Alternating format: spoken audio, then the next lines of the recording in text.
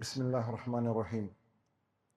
إن الحمد لله نحمده ونستعينه ونستغفره ونعوذ بالله من شرور أنفسنا ومن سيئات أعمالنا. من يهده الله فلا مضل له ومن يضلل فلا هادي له.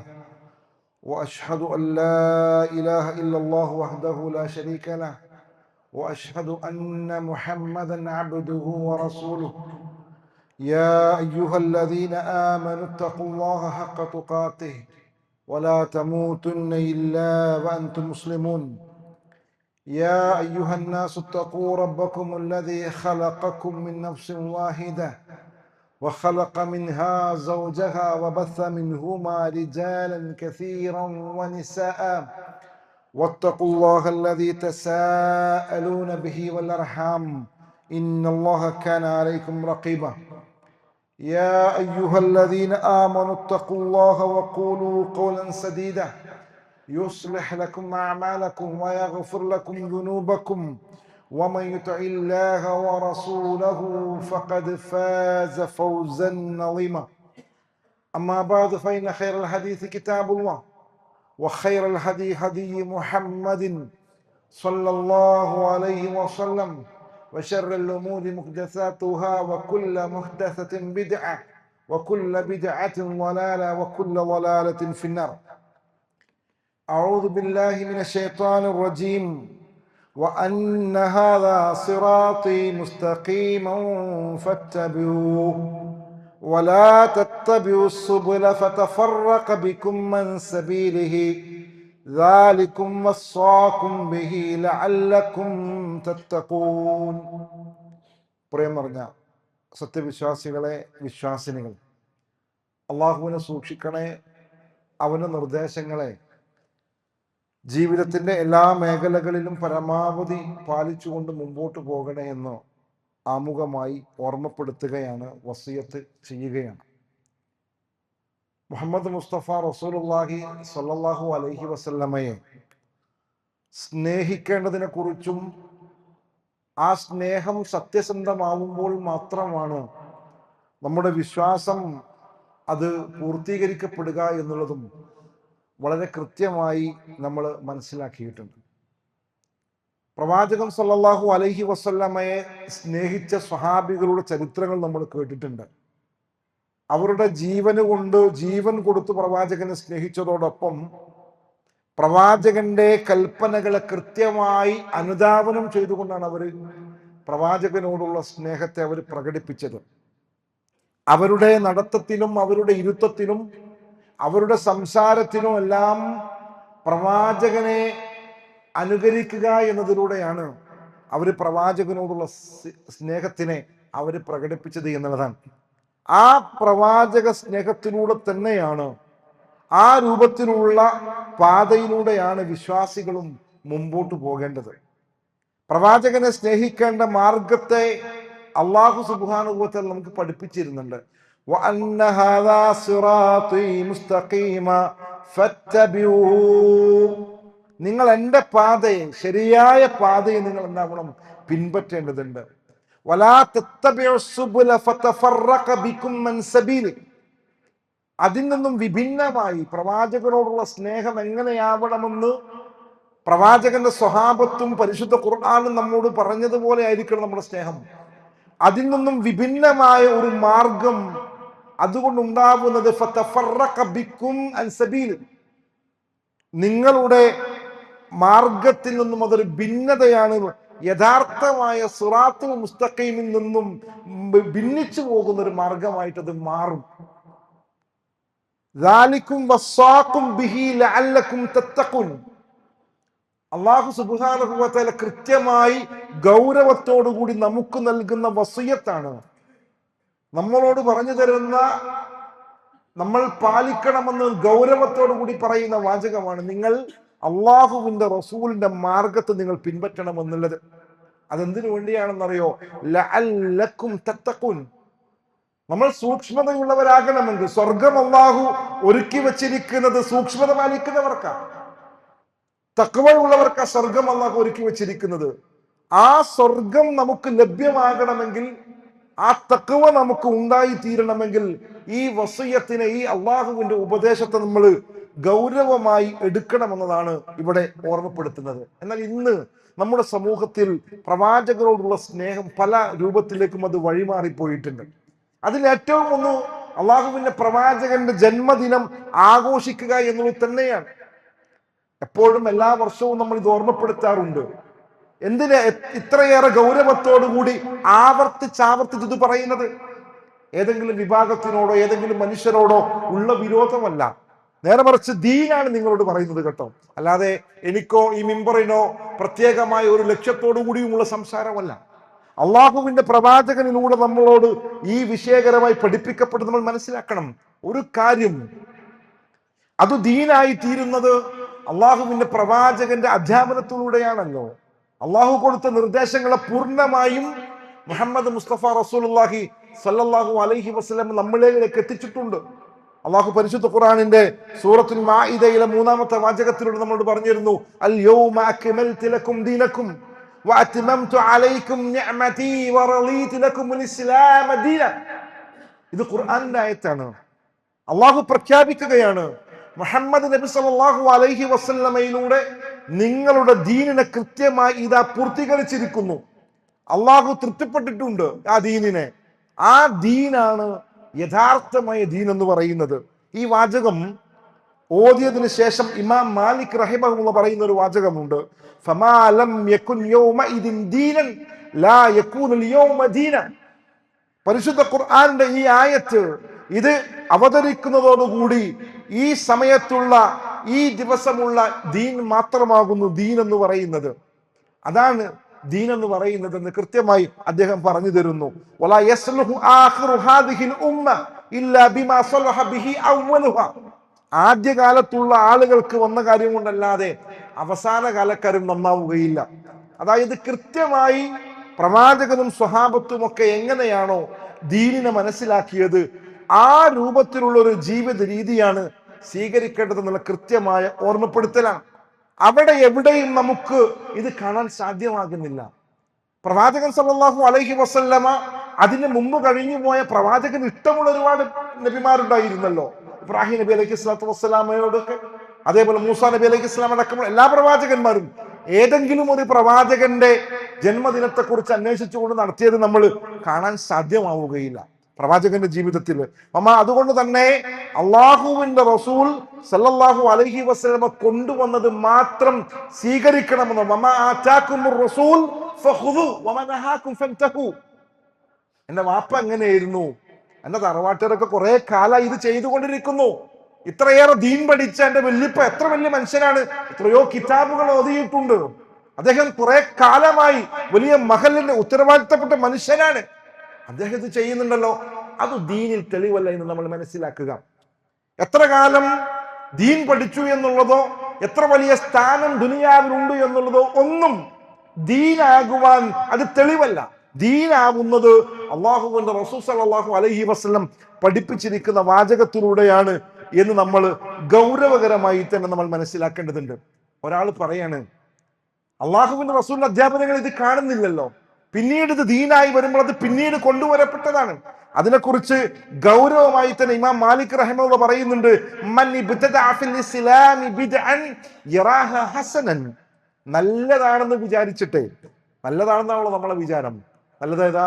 ദിക്റുകളുണ്ട്, പ്രാർത്ഥനകളുണ്ട്, അതേപോലെ എല്ലാവരും കൂടുന്നു, സന്തോഷമുള്ള ദിനമാണ്, നല്ലതാണ് എന്ന് വിചാരിച്ച് ആരെങ്കിലും ഇസ്ലാമിൽ ഒരു കാര്യം കൊണ്ടുവന്നാൽ ഫഖദ് സഅമ അന്ന മുഹമ്മദൻ സല്ലല്ലാഹു അലൈഹി വസല്ലം ഖാന റിസാല. നല്ലതാണെന്നും പറഞ്ഞിട്ട് അള്ളാന്റെ റസൂലിന്റെ കാലശേഷം ഒരാൾ ദീന് കൊണ്ടുവന്ന മനസ്സിലാക്കേണ്ടത് എന്താണെന്നറിയോ? അള്ളാഹുവിന്റെ റസൂല് സ്വർഗത്തിലേക്ക് അടുപ്പിക്കുന്ന എല്ലാ കാര്യവും പറഞ്ഞു തന്നിട്ടൊന്നുമില്ല.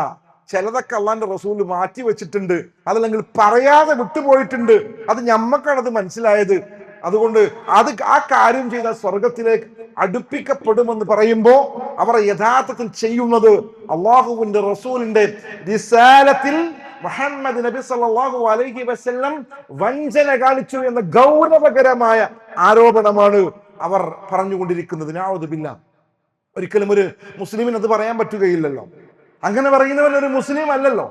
അതുകൊണ്ട് നമ്മൾ ഗൗരവമായി ഈ വിഷയത്തെ നമ്മൾ കാണണം.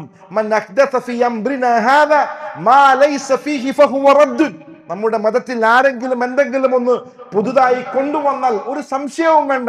അത് എത്രയോ കാലമായി നടക്കുന്നതാണെങ്കിലും ശരി, എത്ര വലിയവനാണെങ്കിലും ശരി, അത് തള്ളുക തന്നെ വേണം. എല്ലാ പ്രഭാഷണങ്ങളുടെയും ഹംദ് സ്വലാത്തും ചെല്ലുമ്പോൾ നമ്മൾ കേൾക്കാറുണ്ടല്ലോ,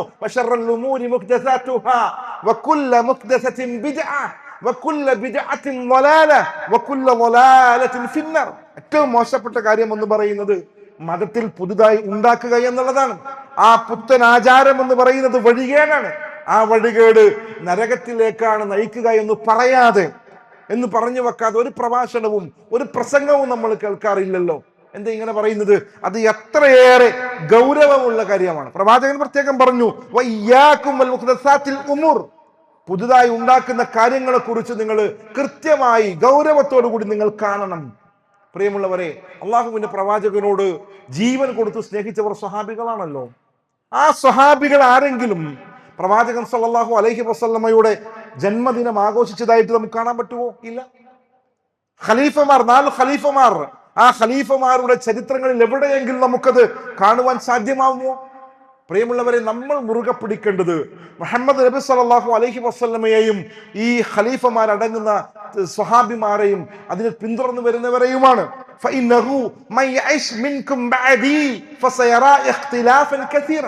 അല്ലാഹുവിന്റെ റസൂൽ പറയാണ്, എനിക്ക് ശേഷം ജീവിക്കുന്നവർ മനസ്സിലാക്കേണ്ടത് ധാരാളം അഭിപ്രായ വ്യത്യാസങ്ങൾ ഉണ്ടാകും.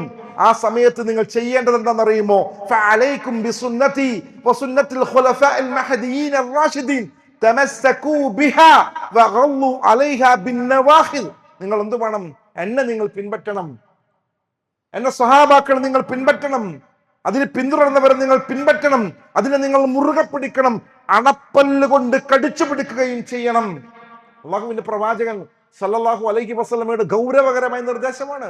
എന്നിട്ടും പ്രവാചകൻ പഠിപ്പിക്കാത്ത ആചാരങ്ങളും പ്രവാചകൻ പഠിപ്പിക്കാത്ത വിശ്വാസങ്ങളും ഒക്കെ നമ്മുടെ മുമ്പിലേക്ക് വരപ്പെടുമ്പോഴും അതിനെക്കുറിച്ച് നമ്മുടെ ബുദ്ധി ഉപയോഗിച്ചുകൊണ്ട് ചിന്തിക്കാൻ മനസ്സ് കാണിക്കാത്തവരായി നമ്മൾ മാറുന്നു. അവിടെ നമ്മൾ കുടിസതയുള്ളവരായി മാറുന്നു. അവിടെ നമ്മൾ പാരമ്പര്യമേ നമ്മൾ നോക്കുന്നുള്ളൂ. അവിടെ നമ്മൾ നോക്കുന്നത് താടിയുടെ നീളമേ നമ്മൾ നോക്കുന്നുള്ളൂ. അവിടെ നമ്മൾ നോക്കുന്നത് അവന്റെ വസ്ത്രം മാത്രമാണ്. അതല്ല നമ്മൾ പരിഗണിക്കേണ്ടത്. അവിടെ നമ്മൾ പരിഗണിക്കേണ്ടത് അള്ളാഹുവിന്റെ പ്രവാചകന്റെ വാചകങ്ങളും പരിശുദ്ധ ഖുർആനിന്റെ ആയത്തുകളുമാണെന്ന് ഓർമ്മപ്പെടുത്തുന്നു. എന്ന് പറഞ്ഞുകൊണ്ടാണ് അത് അവസാനിപ്പിക്കുന്നത്. ഏറ്റവും ഉത്തമമായ സമുദായം ഏതാണ്? സമൂഹം ഏതാണ്? എന്റെ സമൂഹമാണ്. സ്വഹാബത്താണ് ഏറ്റവും ഉത്തമരായിട്ടുള്ളവർ. പിന്നീട് അതിനെ തുടർന്ന് വരുന്ന താബിഉകളാണ്, അതിനെ തുടർന്ന് വരുന്ന താബിഉകളാണ്. ഇവരുടെ ആരുടെയെങ്കിലും ജീവിതത്തിൽ നമുക്കിത് കാണാൻ സാധ്യമാകുമായിരുന്നുവെങ്കിൽ നമുക്ക് നിർവഹിക്കുന്നത് എന്ത് പ്രയാസമാണുള്ളത്? സന്തോഷമുള്ള കാര്യമല്ലേ? ആരാണ് ആഗ്രഹിക്കാത്തത്? എല്ലാവരും ഒരുമിച്ചിരുന്ന് പാട്ടുപാടി നല്ല ഭക്ഷണം കഴിച്ച് സന്തോഷത്തോടു കൂടി ഇരിക്കും. ഞാൻ ആഗ്രഹിക്കുന്നുണ്ട്. പക്ഷേ ദീനല്ല എന്നുള്ളത് കൊണ്ട് തന്നെ അത് നമുക്ക് പാടില്ലാതെ പോകുന്നു. അള്ളാഹുവിന്റെ പ്രവാചകന്റെ കൂടെ താമസിച്ച, പ്രവാചകന്റെ കൂടെ ജീവിച്ചവരാണല്ലോ അദ്ദേഹത്തിന്റെ ഭാര്യമാർ. ഒരു ഭാര്യ മാത്രമേ അള്ളാഹിന്റെ പ്രവാചകന്റെ കാലത്ത് മരണപ്പെട്ടു പോയിട്ടുള്ളൂ. 10 ഭാര്യമാർ പ്രവാചകന്റെ കാലശേഷവും ജീവിച്ചവരാണ്. ആ പ്രവാചക ഭാര്യമാർ ആരെങ്കിലും പറഞ്ഞോ? ആ ഭാര്യമാരിൽ 2 ഭാര്യമാര്, ഒന്ന് ഹഫ്സ റളിയല്ലാഹു തആല അൻഹയാണ്, ഉമർ ബിൻ ഖത്താബ് റളിയല്ലാഹു തആല അൻഹുവിന്റെ മകളാണ്. ഒന്ന് ആയിഷ ബീവിയാണ്, ഒന്നാമത്തെ ഖലീഫ അബൂബക്കർ റളിയല്ലാഹു തആല അൻഹുവിന്റെ മകളാണ്. ഒരാരെങ്കിലും പറഞ്ഞ വാപ്പ ഏതായാലും നിങ്ങളെ ഭരണകാലമാണല്ലോ, നമുക്ക് അള്ളാന്റെ പ്രവാചകന്റെ ആ ഒരു ജനിച്ച ദിവസത്തിൽ നമുക്ക് എന്താക്കാം, ഒരു പ്രത്യേകമായ പരിപാടി സംഘടിപ്പിക്കാം എന്ന് പഠിപ്പിച്ചോ? ഇല്ലല്ലോ. ദീൻ എവിടെ എന്തൊരു കാര്യം പഠിപ്പിക്കുമ്പോഴും അത് കൃത്യതയോടുകൂടി പഠിപ്പിക്കും. നിങ്ങൾ ആലോചിച്ച് നോക്കൂ, ഈദ് നിസ്കാരത്തിന് വേണ്ടി, ഈദ് എന്ന് പറയുന്നത് വിശ്വാസികളുടെ ആഘോഷമാണ്. ആ ഈദുമായി ബന്ധപ്പെട്ടുകൊണ്ട് എത്ര ഹദീസുകൾ നമുക്ക് കാണാൻ പറ്റും. എതിലൂടെ നിങ്ങൾ നടന്നു പോകണം, എങ്ങനെ നിങ്ങൾ നടന്നു പോകണമെന്ന് പഠിപ്പിക്കപ്പെട്ടിരിക്കുന്നു ഈദിന്റെ ദിനത്തിൽ. എന്ത് ഭക്ഷണമാണ് നിങ്ങൾ ഈദിന് വരുന്നതിന് മുമ്പ് കഴിക്കേണ്ടതെന്ന് പഠിപ്പിക്കപ്പെട്ടു. എപ്പോഴാണ് കഴിക്കേണ്ടതെന്ന് പഠിപ്പിക്കപ്പെട്ടു. ഇങ്ങനെയെല്ലാം കൃത്യതയോടുകൂടിയാണ് അള്ളാഹുവിന്റെ റസൂൽ ദീൻ നമ്മുടെ മുമ്പിലേക്ക് തന്നത്. സ്വർഗത്തിലേക്ക് അടുപ്പിക്കുന്ന മുഴുവൻ കാര്യങ്ങളും അള്ളാഹുവിന്റെ പ്രവാചകൻ പഠിപ്പിച്ചത് ഇത്രയേറെ കൃത്യമായിട്ടാണ്. ഒരു തരത്തിലുമുള്ള മറച്ചുവെക്കലുകൾ ആ വിഷയത്തിലില്ല. എവിടെയെങ്കിലും നിങ്ങൾ ഈ വിഷയവുമായി ബന്ധപ്പെട്ടുകൊണ്ടുള്ള ഏതെങ്കിലും ഒരു വാചകം നമുക്ക് ആരെങ്കിലും പറയുന്നത് നമുക്ക് കേൾക്കുവാൻ സാധ്യമാവുമോ? ഇല്ല എന്നുള്ളതാണ് അതിന്റെ യാഥാർത്ഥ്യം. അതുകൊണ്ട് പ്രിയമുള്ളവരോട് ഗൗരവത്തോടുകൂടി ഓർമ്മപ്പെടുത്തുന്ന ഒരു കാര്യം, ഇത് ദീനല്ല, ഇത് ഇസ്ലാം അല്ല. ഇത് കൊണ്ടുവന്നിരിക്കുന്നത് ജൂത സൃഷ്ടിയായ ഷിയാക്കൾ കൊണ്ടുവന്നതാണ്. ഗൗരവമായി നമ്മൾ മനസ്സിലാക്കേണ്ടതാണ്. ഇത് ആദ്യകാലങ്ങളിൽ ഹിജ്റയുടെ 4-ാം നൂറ്റാണ്ടുകളിൽ ഷിയാക്കളിൽ പെട്ടിരിക്കുന്ന ഒരു ഫാത്തിമിയാക്കൾ കൊണ്ടുവന്ന, ആ ഫാത്തിമിയ വിഭാഗത്തിൽപ്പെട്ട ഉബൈദി ഭരണാധികാരികൾ കൊണ്ടുവന്നതാണെന്ത്? പ്രവാചകന്റെ ജന്മദിനം ആഘോഷിക്കാം, അലിൻ്റെത് ആഘോഷിക്കുക, ഫാത്തിമ ബീവിയുടേത് ആഘോഷിക്കുക ജന്മദിനം, ഹസൻ അലി അള്ളാഹു തആലൻഹുവിൻ്റെത്, അതേപോലെയുള്ള ഹുസൈൻ അലി അള്ളാഹു തആലൻഹുവിൻ്റെത്, അവരുടെ ഭരണാധികാരികളുടേത്, ഇവരുടെ എല്ലാം ജന്മദിനം ആഘോഷിക്കുക എന്ന് പറയുന്നത് ഈ ഫാത്തിമിയാക്കളുടെ ഒരു രീതിയായിരുന്നു. അവരാണത് കൊണ്ടുവന്നത്. അതാണ് പിന്നീട് ഹിജ്റ 7-ാം നൂറ്റാണ്ടിൽ ഇർബിൽ ഭരിച്ച മുളുഫർ രാജാവാണ് എന്താക്കിയത്? അത് സജീവമായി വ്യാപകമായ ഒരു ആഘോഷമായി കൊണ്ടുവന്നത്. ആരാണ് ഷിയാക്കൾ? നമ്മൾ മനസ്സിലാക്കി വെക്കണം. ആരാണ് ഷിയാക്കൾ എന്ന് പറഞ്ഞാൽ? അള്ളാഹുവിന്റെ പ്രിയപ്പെട്ട പത്നി ആയിഷ ബീവിയെ കുറിച്ച് വ്യഭിചാരിണിയാണ് എന്നുള്ള ആരോപണം ഉന്നയിച്ചവരാണ് ഫാത്തിമിയാക്കൾ, ഷിയാക്കളിൽപ്പെട്ട ആളുകൾ. ആ ഷിയാക്കളാണ് കാബയെ പൊളിക്കുവാൻ വേണ്ടി പരിശ്രമിച്ചവർ. പരിശുദ്ധമായ കാബയുടെ വാതിൽ കേടാക്കിയവർ അവരാണ്. ഹജറുൽ അസ്വദിനെ എടുത്തു കൊണ്ടുപോയിട്ടുണ്ട് അവര്. 22 വർഷങ്ങൾക്ക് ശേഷമാണ് തിരിച്ച് കൊണ്ടുവെക്കപ്പെട്ടത്. ഹജ്ജിന്റെ വേളയിൽ കടന്നു വന്നിട്ട് ലക്ഷക്കണക്കിന് 35,000-ത്തിലധികം ഹിജ്റക്ക് ഹജ്ജിന് വന്ന ഹാജിമാരെ കൊന്നൊടുക്കിയിട്ടുണ്ട് ഈ വിഭാഗം. അവർ നടത്തിയത് അവരുടെ തോന്നിവാസങ്ങൾക്ക് മറയായി അവർ നല്ലവരാണ് എന്ന് സമൂഹത്തിന് ബോധ്യപ്പെടുത്തണം. ആളുകൾക്കിടയിൽ അവർക്കൊരു നല്ല പിള്ള കിട്ടണം. അങ്ങനെയാണല്ലോ നമ്മൾ ചില ആളുകളൊക്കെ സമൂഹത്തിൽ അങ്ങനെ എന്ത് തോന്നിയാസം കാണിച്ചാലും അവസാനം എന്തെങ്കിലും കുറച്ച് പൈസ കൊണ്ട് വാരി വിതറിയിട്ട് കാര്യങ്ങൾ നടത്തിയാൽ അവർ നല്ല ഒരാളുടെ പരിവേഷം കിട്ടും. ആ ഒരു തന്ത്രമാണ്, ആ ഒരു ടെക്നിക്കാണ് ഇവിടെ ഉപയോഗിക്കപ്പെട്ടത്. പക്ഷെ ഇന്ന് ആ ഒരു ഷിയാക്കളിലൂടെ കടന്നു വന്നിരിക്കുന്ന ഈ ആചാരത്തിനെ ചേർത്ത് പിടിക്കുക എന്ന് പറയുന്നത് ഗൗരവത്തോടു കൂടിയുള്ള ചിന്തകളിലേക്ക് കൊണ്ടുപോകേണ്ടതുണ്ട്. അതേപോലെ ഈ ഒരു ജന്മദിനം ആഘോഷിക്കുക പ്രവാചകന്റേത് മാത്രമല്ല, ആരുടെയും ജന്മദിനം ആഘോഷിക്കുന്നത് ഇസ്ലാം അനുവദിക്കുന്നില്ല. ഇന്ന് നമ്മുടെ ഉമ്മത്തിൽ ഉള്ള അത്ര ഈ തരത്തിലുള്ള വേഷം കെട്ടലുകൾ വേറെ ഒരു സമൂഹത്തിലുമില്ല. എവിടെ നിന്നാണ് ഈ ജന്മദിന ആഘോഷം എന്ന് പറയുന്ന പേര് കടന്നു വന്നിരിക്കുന്നത്? എന്താ ആചാരം കടന്നു വന്നിരിക്കുന്നത്? അത് ജൂത ക്രൈസ്തവരിൽ നിന്നാണ്. അള്ളാഹുവിന്റെ പ്രവാചകൻ സല്ലല്ലാഹു അലൈഹി വസല്ലം നമ്മോട് പറഞ്ഞു തരുന്നുണ്ട്, മൻ തശബ്ബഹ ബിഖൗമിൻ ഫഹുവ മിൻഹും. ആരെങ്കിലും ഒരു ജനതയോട് സാദൃശ്യപ്പെട്ടാൽ അവൻ അവരിൽപ്പെട്ടവനായി. ഇസ്ലാമിന്റെ ദീനിൽ എവിടെയും ജന്മദിനം ആഘോഷിക്കുക എന്നുള്ളത് അത് വാപ്പാൻ്റെതാണെങ്കിലും ശരി, മോൻ്റെതാണെങ്കിലും ശരി, പെണ്ണുങ്ങളതാണെങ്കിലും ശരി, ആരുടേതും അതിൽ അനുവദിക്കപ്പെടുന്നില്ല. ജൂതന്മാരും അതേപോലെ നസാറാക്കളുമാണ് അവരുടെ പ്രവാചകന്മാർ ഈസാ നബി അലൈഹി സ്വലാത്തു വസ്സലാമയുടെ ഒക്കെ ജന്മദിനത്തിന് ആഘോഷമായി കൊണ്ടു നടക്കുന്നത്. അതേപോലെ നമ്മൾ കൃത്യമായി മനസ്സിലാക്കുക, ആ ഒരു രീതിയെക്കുറിച്ച് അള്ളാഹുവിന്റെ പ്രവാചകൻ നേരത്തെ നമ്മളോട് ഗൗരവത്തോടു കൂടി പറഞ്ഞിട്ടുണ്ട്.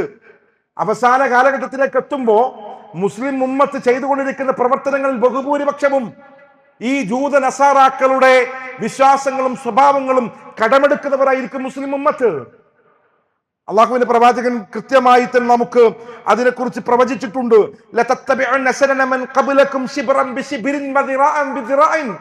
ചാണിനു ചാണായും മുഴത്തിന് മുഴമായും നസാറാക്കളുടെയും ജൂതന്മാരുടെയും വിശ്വാസങ്ങളെയും സ്വഭാവങ്ങളെയും സംസ്കാരങ്ങളെയും മുസ്ലിം ഉമ്മത്തിൽപ്പെട്ടവർ അവരുടെ വീടകങ്ങളിലേക്ക് കൊണ്ടുവരും, അവരുടെ സ്വഭാവത്തിലേക്ക് കൊണ്ടുവരുമെന്നുള്ളത് മുഹമ്മദ് മുസ്തഫ റസൂലുള്ളാഹി സ്വല്ലല്ലാഹു അലൈഹി വസല്ലം 1500-ലധികം വർഷങ്ങൾക്ക് മുമ്പ് പറഞ്ഞു വെച്ചു പോയ കാര്യമാണ്.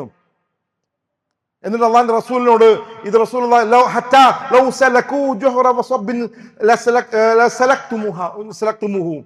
അവരൊരു ഉടുമ്പിന്റെ മാളത്തിൽ പോയി കൈയിട്ടാല് അവിടെ പോയി കൈയിടും.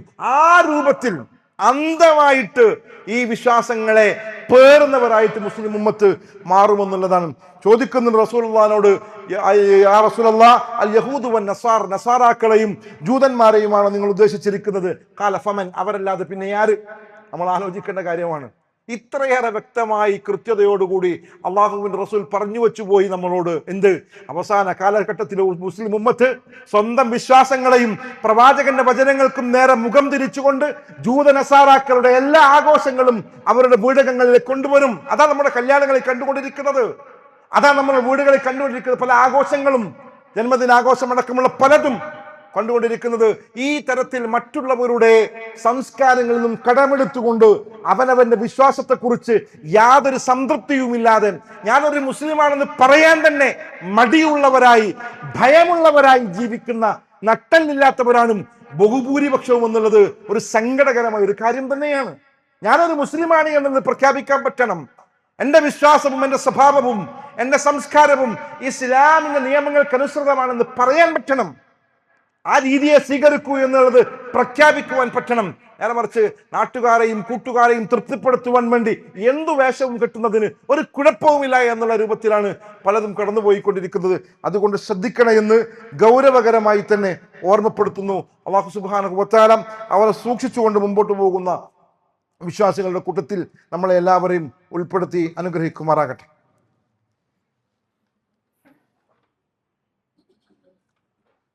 അൽഹംദുലില്ലാഹ് അസ്സലാത്തു വസ്സലാമു അലാ അഷ്റഫുൽ മുർസലീൻ വഅലാ ആലിഹി വസ്വഹാബിഹി അജ്മഈൻ. അള്ളാഹുവിനെ സൂക്ഷിക്കാൻ, അവൻ്റെ നിർദ്ദേശങ്ങൾ പാലിച്ചുകൊണ്ട് ജീവിതത്തെ മുമ്പോട്ട് കൊണ്ടുപോകാൻ ശ്രദ്ധിക്കണമെന്ന് ഒരിക്കൽ കൂടി ഓർമ്മപ്പെടുത്തുകയാണ്, വസിയത്ത് ചെയ്യുകയാണ്. പ്രവാചക സ്നേഹവുമായി ബന്ധപ്പെട്ടുകൊണ്ട് വളരെ ഗൗരവത്തോടു കൂടി പ്രവാചകൻ പറഞ്ഞു തന്നൊരു കാര്യമുണ്ട്. തന്നെ അമിതമായി പ്രവാചകനുള്ള സ്നേഹത്തിൽ അതിരി കവിയുക എന്ന് പറയുന്നത് അത് അപകടകരമാണ്. പ്രവാചകൻ പറഞ്ഞു, ലാ തത്റൂനി കമാ അതർത്തിൻ നസാറ ഇബ്നു മറിയം. ക്രിസ്ത്യാനികൾ മറിയമിന്റെ പുത്രൻ ഈസാ നബി അലൈഹി സ്വലാമിനെ അമിതമായി വാഴ്ത്തിയതുപോലെ നിങ്ങൾ എന്നെ വാഴ്ത്തരുത്. ഫഇന്നമാ അന അബ്ദുഹു, ഞാൻ അള്ളാഹുവിന്റെ അടിമ മാത്രമാണ്. അതുകൊണ്ട് നിങ്ങൾ എന്ത് പറയണം? അബ്ദുല്ലാഹി വ റസൂൽ. അത് മാത്രം നിങ്ങൾ പറയേണ്ടത്.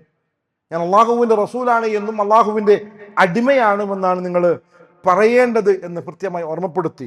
യാ യുഹന്നാസ് ഇയ്യാകും വൽ ഉലുവ ഫിദ്ദീൻ. ദീനിൽ നിങ്ങൾ എന്ത് ചെയ്യരുത്? അതിര് കടക്കുന്നതിന് നിങ്ങൾ സൂക്ഷിക്കണം. വിശാലമായ വിഷയമാണ്, ഇൻഷാ അല്ലാഹ് പിന്നീട് പറയാം. ഫഇന്നഹു അഹ്ലക മൻ കാന ഖബ്ലകും അൽ ഉലുവ ഫിദ്ദീൻ. ദീനിൽ അതിര് കടക്കുമ്പോൾ എന്താകുന്നു? അത് നമ്മളെ നശിപ്പിച്ചു കളയുമെന്നുള്ളതാണ്. അതുകൊണ്ടാണ് ഈസാ നബി അലൈഹി സ്വലാത്തു വസ്സലാമയെ ദൈവം എന്നുള്ള പറയുന്ന ആ ഒരു തലത്തിലേക്ക് അവർ ഉയർത്തപ്പെട്ടത്. ആ ഒരു രീതി ഉണ്ടാവരുത് എന്ന് ഓർമ്മപ്പെടുത്തലാണ് പ്രവാചകൻ സല്ലല്ലാഹു അലൈഹി വസല്ലം നൽകിയതെങ്കിൽ ഇന്ന് നമ്മുടെ സമൂഹത്തിൽ ഈ പ്രത്യേകം ഈ കാലഘട്ടത്തിലൊക്കെ ചെല്ലുന്ന ഒരുപാട് മാലകളും മൗലൂദുകളും ഒക്കെ ഉണ്ട്.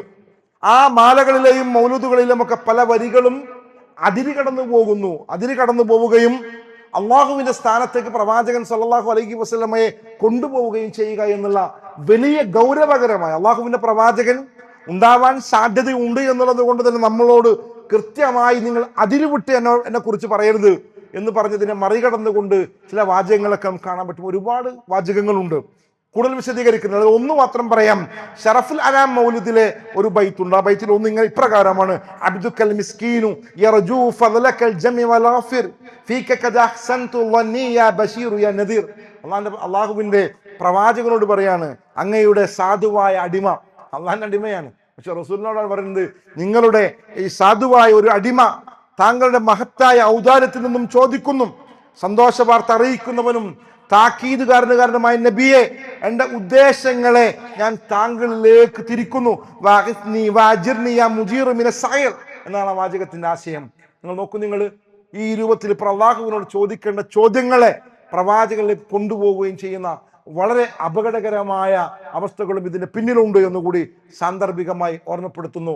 അല്ലാഹു സുബ്ഹാനഹു വ തആല നമ്മളെ ആ വിഷയത്തിൽ സൂക്ഷ്മതയോടുകൂടി അള്ളാഹുവിനെ യഥാർത്ഥ രൂപത്തിൽ സ്നേഹിക്കുന്ന വിശ്വാസികളാക്കിക്കൊണ്ട് മാറ്റിത്തരുമാറാകട്ടെ എന്ന് പ്രാർത്ഥിക്കുകയാണ്. പ്രിയമുള്ളവരെ, അതോടൊപ്പം നമ്മൾ മനസ്സിലാക്കേണ്ടുന്ന വളരെ പ്രധാനപ്പെട്ട ഒരു സംഗതി കൂടി സാന്ദർഭികമായിട്ട് പറയുകയാണ്. നമ്മൾ ഒരു സ്വാതന്ത്ര്യ ദിന സന്ദർഭത്തിലേക്ക് കടന്നു പോകുമ്പോൾ നമ്മൾ ശ്രദ്ധിക്കേണ്ട ഒറ്റ കാര്യം പറയാം. ഒരുപാട് വിഷയങ്ങളോ അതിൻ്റെ വിശാലതയിലേക്കൊന്നും കടക്കുന്നില്ല. സ്വാതന്ത്ര്യം ഉണ്ടാവുക എന്ന് പറയുന്നുണ്ടല്ലോ, സമാധാനത്തോടു കൂടി ജീവിക്കുക എന്ന് പറയും, വലിയ ഒരു അനുഗ്രഹമാണ്. ഇബ്രാഹിം നബി അലൈഹി സ്വലാത്തു വസ്സലാമിന്റെ ഒരു മനോഹരമായ പ്രാർത്ഥന ഉണ്ട്, റബ്ബി ജഅൽ ഹാദൽ ബലദ ആമിന, അള്ളാഹുവേ ഈ നാടിനെ സുരക്ഷിതമായ ഒരു നാടാക്കണം എന്നുള്ളൊരു പ്രാർത്ഥന നമുക്ക് കാണാൻ പറ്റും. അതേപോലെ തിർമിദിയിലെ ഒരു ഹദീസിൽ അള്ളാഹുവിന്റെ പ്രവാചകൻ പറഞ്ഞിട്ടുണ്ട്, മൻ അസ്ബഹ മിൻകും ആമിനൻ ഫീ സിർബിഹി മുആഫൻ ഫീ ജസദിഹി ഇൻദഹു ഖൂത യൗമിഹി, ഒരു മനുഷ്യനെ സംബന്ധിച്ചിടത്തോളം അവൻ താമസിക്കുന്ന വാസസ്ഥലത്ത് സുരക്ഷിതനായും ആരോഗ്യത്തോടു കൂടിയും അന്ന് കഴിക്കാനുള്ള ഭക്ഷണവും അവന്റെ കയ്യിലുണ്ട് എങ്കിൽ അവൻ ലോകം മുഴുവനും ലഭിച്ചവനെ പോലെയാണ്. നമുക്കറിയാം സ്വാതന്ത്ര്യം എന്ന് പറയുന്നത് അങ്ങനെയാണ്. അതേപോലെ ഏറ്റവും വലിയൊരു അനുഗ്രഹമാണ്. അത് നഷ്ടപ്പെടുന്ന ഒരു സാഹചര്യത്തെക്കുറിച്ച് പല രാജ്യങ്ങളിൽ നമ്മൾ കണ്ടുകൊണ്ടിരിക്കുന്നുണ്ട്. ഫലസ്തീനിലും സിറിയയിലും ഒക്കെയുള്ള ആളുകൾ അനുഭവിച്ചുകൊണ്ടിരിക്കുന്ന വേദനകൾ നമ്മൾ അറിയുന്നുണ്ട്. അതിനെയെല്ലാം വെച്ച് നോക്കുമ്പോഴാണ് നമ്മുടെ ഈ മഹത്തായ ഈ ഒരു സൗഭാഗ്യത്തെക്കുറിച്ച്, മഹത്തായ അനുഗ്രഹത്തിന്റെ വലുപ്പത്തെക്കുറിച്ച് നമുക്ക് മനസ്സിലാക്കാൻ സാധിക്കാം. ഈ സന്ദർഭങ്ങളിൽ നമ്മുടെ രാജ്യത്തെക്കുറിച്ച് നമ്മൾ പഠിക്കേണ്ടതുണ്ട്. കാരണം ചരിത്രം മാറ്റിമറിക്കുവാൻ വേണ്ടിയുള്ള പരിശ്രമങ്ങൾ നടന്നുകൊണ്ടിരിക്കുമ്പോൾ നമ്മുടെ പൂർവികരായ ആളുകൾ അതിനുവേണ്ടി സഹിച്ച ത്യാഗവും ജാതിയുടെയോ മതത്തിന്റെയോ വ്യത്യാസങ്ങളില്ലാതെ ഒരുമിച്ച് ചേർന്നുകൊണ്ട് ജീവൻ സമർപ്പിച്ചവരുടെ ചരിത്രവുമെല്ലാം ഒരു വട്ടം വായിക്കാൻ എൻ്റെ പ്രിയപ്പെട്ട കുട്ടികളടക്കമുള്ള എല്ലാവരും തയ്യാറാവണം. അപ്പോഴാണ് നമ്മളിപ്പോൾ അനുഭവിക്കുന്ന ഈ ഒരു സുഖത്തിന്റെ വലുപ്പം നമുക്ക് മനസ്സിലാവുക. ഗൗരവമായി തന്നെ ആ വിഷയം ഓർമ്മപ്പെടുത്തുന്നതോടൊപ്പം ഒരൊറ്റ കാര്യം കൂടി പറയുന്നു. അള്ളാഹു സുബ്ഹാനഹു വ തആല പരിശുദ്ധ ഖുർആനിൽ നമ്മളോട് പറഞ്ഞെന്ന ഒരൊറ്റ വാചകം കൂടി പറയട്ടെ, അല്ലദീന ഇദാ മക്കന്നാഹും ഫിൽ അർള്, അള്ളാഹു നിങ്ങൾക്ക് ഭൂമിയിൽ സ്വാധീനം നൽകിയാൽ, നമ്മളൊക്കെ നിർഭയത്വത്തോടു കൂടി ഇവിടെ ജീവിക്കുന്നുണ്ടല്ലോ, ഒരു പേടിയില്ലാതെ നമ്മൾ പള്ളിയിൽ വന്നില്ലേ, ഒരു പേടിയുമില്ലാതെ നമ്മുടെ മക്കൾ നമ്മൾ മദ്രസയിൽ പറഞ്ഞേക്കുന്നില്ലേ, ഒരു ഭയവുമില്ലാതെ നമ്മൾ ആരാധനകൾ നിർവഹിക്കുന്നില്ലേ. അള്ളാഹിന്റെ പ്രവാചകന്റെ ജീവിതത്തിലൊക്കെ ആദ്യകാലങ്ങളിൽ എങ്ങനെയായിരുന്നു എന്നുള്ളത് നമുക്കറിയാവുന്നതാണല്ലോ. ഇങ്ങനെയുള്ള ഒരു സ്വാതന്ത്ര്യത്തോടു കൂടി ജീവിക്കാനുള്ള അവസരം കിട്ടിയ നിങ്ങൾ ചെയ്യേണ്ട പണി എന്താന്ന് പറയുന്നത്,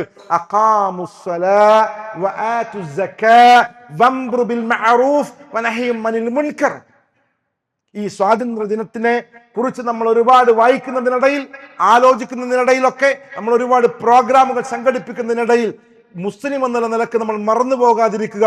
ഈ സ്വാതന്ത്ര്യത്തെ നാളെ അള്ളാഹു ചോദ്യം ചെയ്യപ്പെടും. ഇത്രയേറെ സുഖത്തോടു കൂടി ജീവിക്കാനുള്ള തൗഫീഖ് നിനക്ക് നൽകിയിട്ടും നിന്റെ റബ്ബിനോടുള്ള കടമകൾ പൂർത്തീകരിക്കുന്ന വിഷയത്തിൽ, ഇബാദത്തുകൾ കൃത്യമായി നിർവഹിക്കുന്ന വിഷയത്തിൽ നീ ആരായിരുന്നു, നീ എങ്ങനെയായിരുന്നു എന്നുള്ള ചോദ്യത്തിന് ഉള്ള മറുപടി കൂടി ഈ ദിനങ്ങളിൽ നമ്മൾ കണ്ടുപിടിക്കണം. അത് കണ്ടുപിടിച്ചേ മതിയാവുകയുള്ളൂ എന്നുകൂടി ഓർമ്മപ്പെടുത്തുന്നു. അല്ലാഹു സുബ്ഹാനഹു വ തആല അവനെ അനുസരിച്ചുകൊണ്ട് ജീവിക്കുന്ന മുഅ്മിനുകളുടെ കൂട്ടത്തിൽ നമ്മളെ എല്ലാവരെയും ഉൾപ്പെടുത്തി അനുഗ്രഹിക്കുമാറാവട്ടെ. അള്ളാഹുവേ, ഞങ്ങൾ മരണപ്പെട്ടു പോയ ഞങ്ങളുടെ സഹോദരങ്ങൾ, ഞങ്ങളുടെ മാതാപിതാക്കൾ, ഞങ്ങളുടെ ഇണകൾ, അവർക്കെല്ലാം അവരുടെ ഖബറുകളെ വിശാലമാക്കി കൊടുക്കണം റഹ്മാനെ. അവരെയും ഞങ്ങളെയും സ്വർഗത്തിൽ ഒരുമിച്ച് കൂട്ടി അനുഗ്രഹിക്കണം റഹ്മാനെ. രോഗം കൊണ്ട് പ്രയാസപ്പെടുന്ന ഒരുപാട് സഹോദരങ്ങളുണ്ട് നാദം. പ്രത്യേകമായി ദുആ ചെയ്യാൻ വേണ്ടി പറഞ്ഞ ആളുകളുണ്ട്. അള്ളാഹുവേ, അവരുടെ എല്ലാം രോഗത്തിൽ നിന്ന് ശിഫ കൊടുത്ത് അനുഗ്രഹിക്കണമേ റഹ്മാനെ. اللهم اعف المؤمنين والمؤمنات والمسلمين والمسلمات والأحياء منهم والأموات إنك مجيب دعوته القال الهاجات. اللهم أجرنا من النار، اللهم أجرنا من النار، اللهم أجرنا من النار. اللهم أعز الإسلام والمسلمين وأذل الشرك والمشركين. ربنا تقبل منا إنك أنت السميع العليم وتب علينا إنك أنت التواب الرحيم.